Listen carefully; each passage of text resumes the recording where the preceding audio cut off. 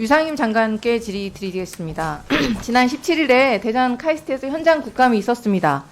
그때 우리 과방위 위원장님께서 다 현장에서 느끼셨을 텐데 과기계와 이공계 학생들이 처한 현실, 그리고 현장 연구자들이 열악한 처우, 그리고 다들 아마 참담하게 느끼셨을 거라고 생각합니다.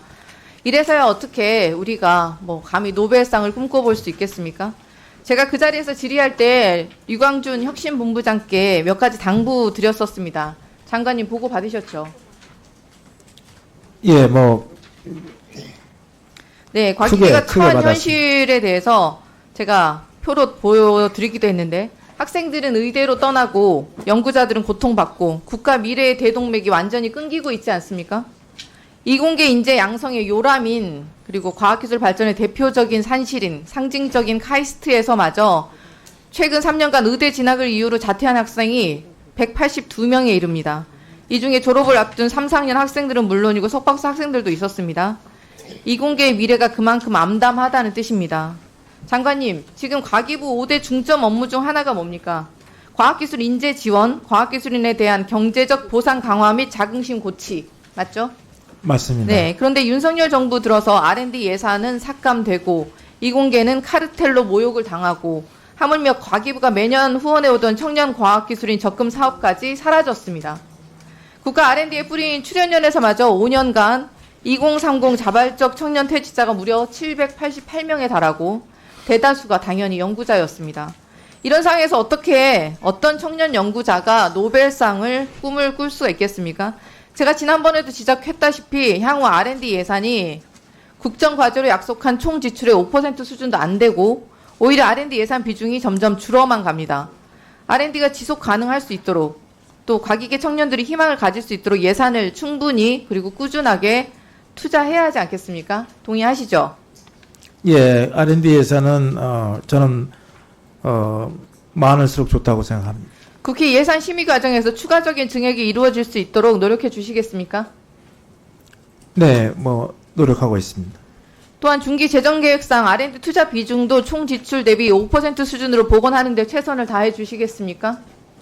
예, 어떤 퍼센트를 지정하는 건 조금 문제가 있어 보입니다. 그러나 꼭 필요한 R&D 예산은 반영될 수 있도록 최선을 다하겠습니다. 이공계 인재들에 대한 지원이 특혜가 아니라는 말이 나올 정도로 더 과감하게, 더 확실하게, 더 안정적으로 투자해야 합니다. 그게 대한민국의 미래를 지키는 길이라고 믿고 있습니다. 예를 들어서 정부가 가열차게 지금 추진하고 계시는 그 한국형 스타이펜드 제도, 그 제도가 이공계 인재들에게 충분하지가 않습니다.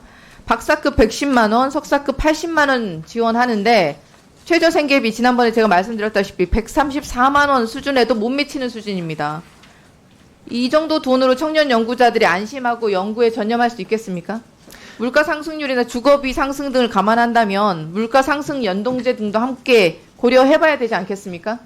예, 사실 여기 스타이펜드로 제시한 80만 원, 110만 원은 그게 상한선이 아니고 하한선을 지시한 거고요.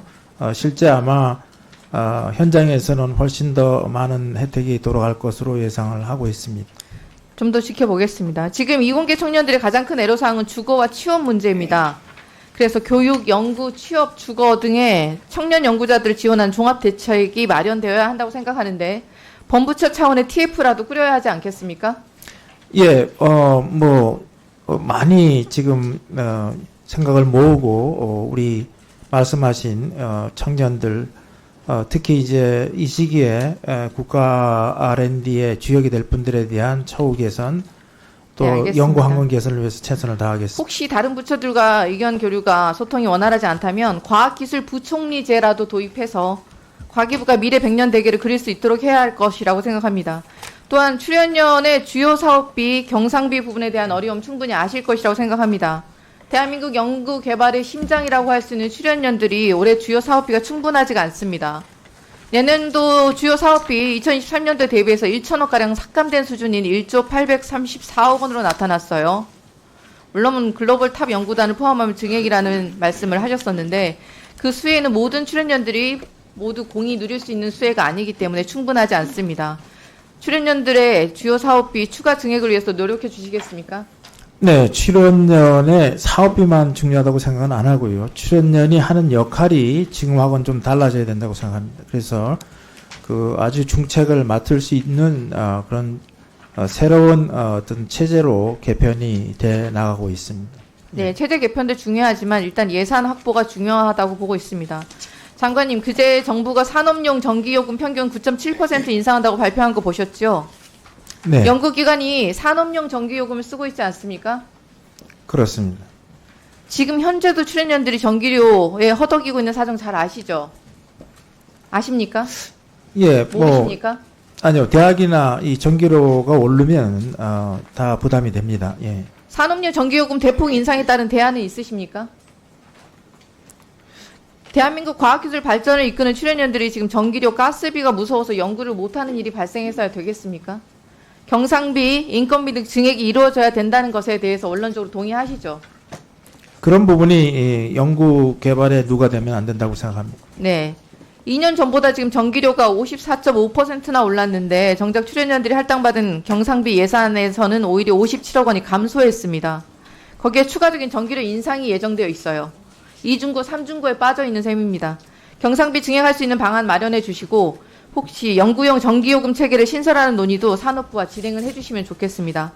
마지막으로 현장 연구자들의 열악한 처우 문제 개선하겠다는 의지를 다시 한번 약속해 주시면 좋겠습니다.